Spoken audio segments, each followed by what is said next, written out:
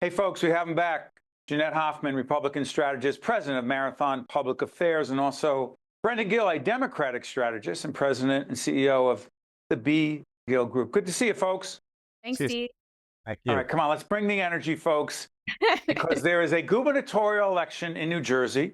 First in June. I don't want to get into horse race stuff. And then in November, there'll be the real election. Jeanette, let me ask you this. The top three top issues, let's see if Brendan agrees, that not will just dictate the election, but more importantly, the next governor is going to have to face on behalf of the people of New Jersey. Please, you first, Jeanette.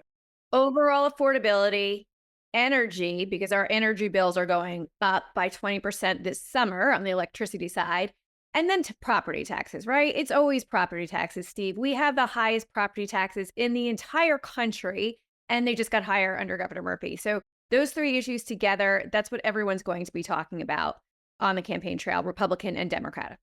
Brendan, your turn. I don't disagree with Jeanette, Steve, on affordability and the issue of energy right now. It's a hot topic, obviously, with the potential increases that are coming.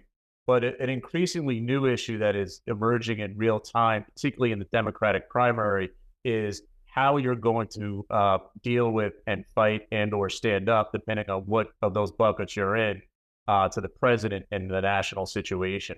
So we're seeing an increase on the voters' minds, particularly in the Democratic primary, on the issues that Jeanette just touched on for sure as well. I don't think there's a big difference on those issues between both sides of the aisle on this, but there is one particular difference right now on the Democratic side, which is what are you going to do and how are you going to handle the current president of the United States?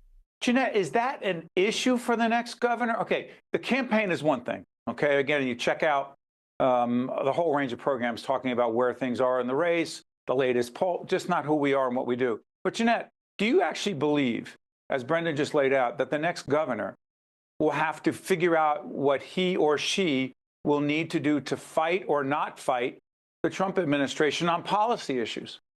Well, I think there's always a back and forth between the state and the federal government having to work together or to fight back, depending on whether the policies make sense or not.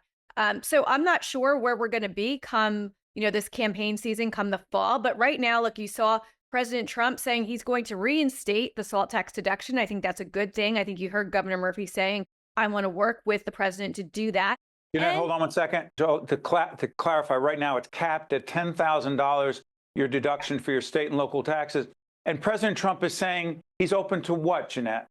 He's open to getting rid of that cap because that, really punishes New Jerseyans, New Yorkers who have higher property taxes, who have higher deductions than that. So he's looking to eliminate that cap for New Jersey, New York residents. He was the one that instated that cap. Let's not forget that. But he said he would work with New Jersey, New Yorkers to get that back. So that's one thing that we should be working with our federal government to do. And the other thing is to get rid of that congestion pricing. Brendan?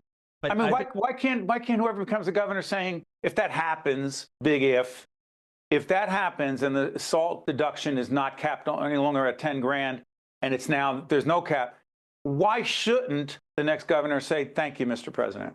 Well, I think even right now you see Governor Murphy taking a little bit of that approach. He's been very clear where he says, I'm going to work with the Trump administration when I think it's in the interest of the state, and I'm going to stand up to them when I think it isn't. But what we're also seeing is with the additional, what I'm going to call chaos more broadly, that's coming out of Washington, that this is not just a Democratic primary voter issue. This is becoming an unaffiliated voter issue as well. So if you talk about the issue of let's just use Medicaid. Sure, let's talk about it. Explain that to folks, Brendan. What's at stake? I mean, what's at stake right now is through programming, whether you're talking about birthing, healthcare coverage, senior assisted living, in a state of 9 million people, Steve, 2 million people in the state of New Jersey use Medicaid in some capacity. Think about that number, 2 million in a state of 9 million. So if you start talking about cutting programming within that program, that has a serious impact on the state of New Jersey. If you start talking about cutting the Department of Education, for example, we have about 20, at least accounted for about $25 to $30 million from the federal government that goes into the state budget that covers education issues. If you're talking about just federal money alone, when we start talking about cuts in a state budget of roughly $80 million, roughly $30 billion comes from some type of federal funding source. So these issues become increasingly important to people, whether it's job training, whether it's healthcare. Brendan, hold on one second. I'm going to give Jeanette. Jeanette, can you do the Medicaid issue first? Brendan's Sure. saying 2 million out of 9 million affected by it, if in fact the feds cut Medicaid. Go on that first. First of all, Steve, that is a big if, because the speaker and the president have said we're not cutting Medicaid programs for beneficiaries. What we're going to do is Speaker Johnson and President Trump. Right, correct. We're going to cut waste, fraud, and abuse. And if you don't think that there is waste, fraud, and abuse in Medicaid, you have another thing coming. We've seen such fraud. I mean, go back to Bob Menendez and his friend Salman Melgen, who got convicted of Medicaid fraud right there. The Government Office of Accountability showed just last year under the Biden administration millions and millions of dollars of fraudulent payments that went out in Medicaid and Social Security. So there's plenty of places to cut. What we don't want to see, and what our Republican members of Congress have even said that they won't vote for, is cuts to Medicaid beneficiaries and programs. And you're confident the president and the Speaker of the House are not looking to do that, Jeanette? Well, I don't speak for them, Steve. No, no. Are you confident that that's not their agenda?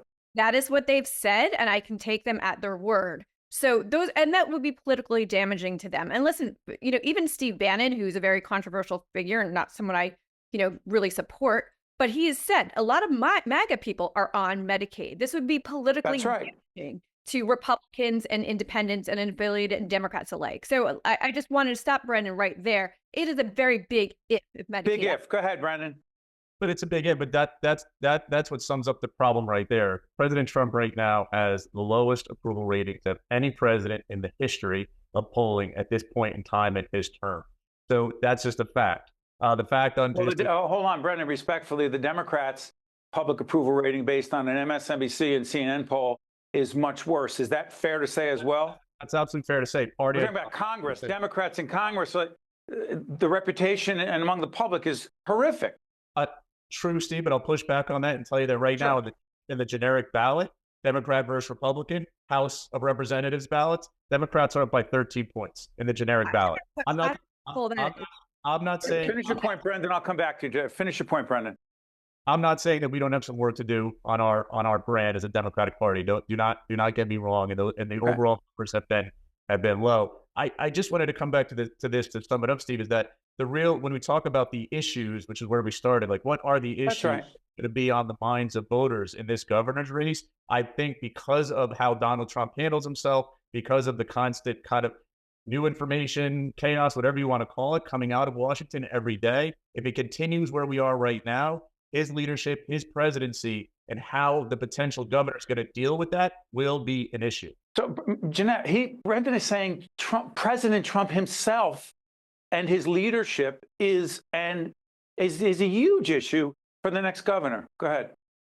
Brendan would love for this election to be about federal issues, but it's not. This is New Jersey. This is a governor's race. This is a referendum on Governor Murphy and his past 8 years, taking us from a budget of $35 billion to $56 billion, increasing spending by $23 billion with nothing to show for it, increasing property taxes, increasing energy rates by 20% this June. This state has become more and more unaffordable for New Jerseyans to live. But Governor Murphy did that alone, Jeanette? And the Democratic legislature. So if you want to lump them in, Steve, but by all means, I mean, this is a Democratic legislature that's controlled the state for a very long time.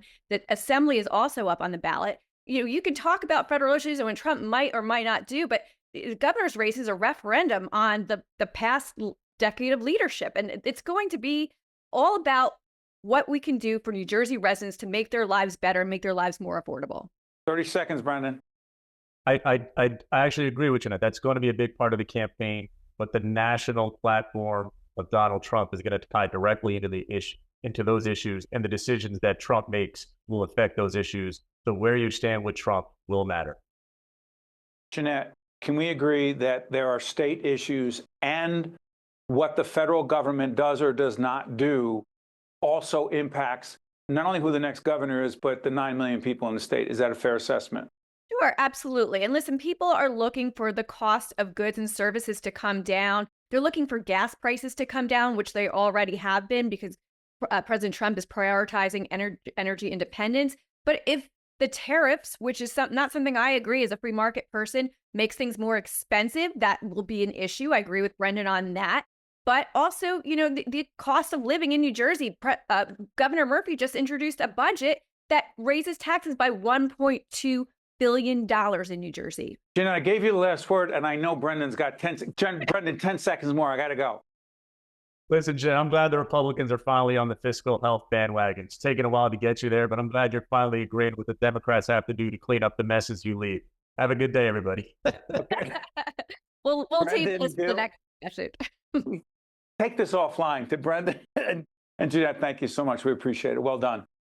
Thanks for having us. I'm Steve Adubato. Stay with us. More conversation on the way. State of Affairs with Steve Adubato is a production of the Caucus Educational Corporation.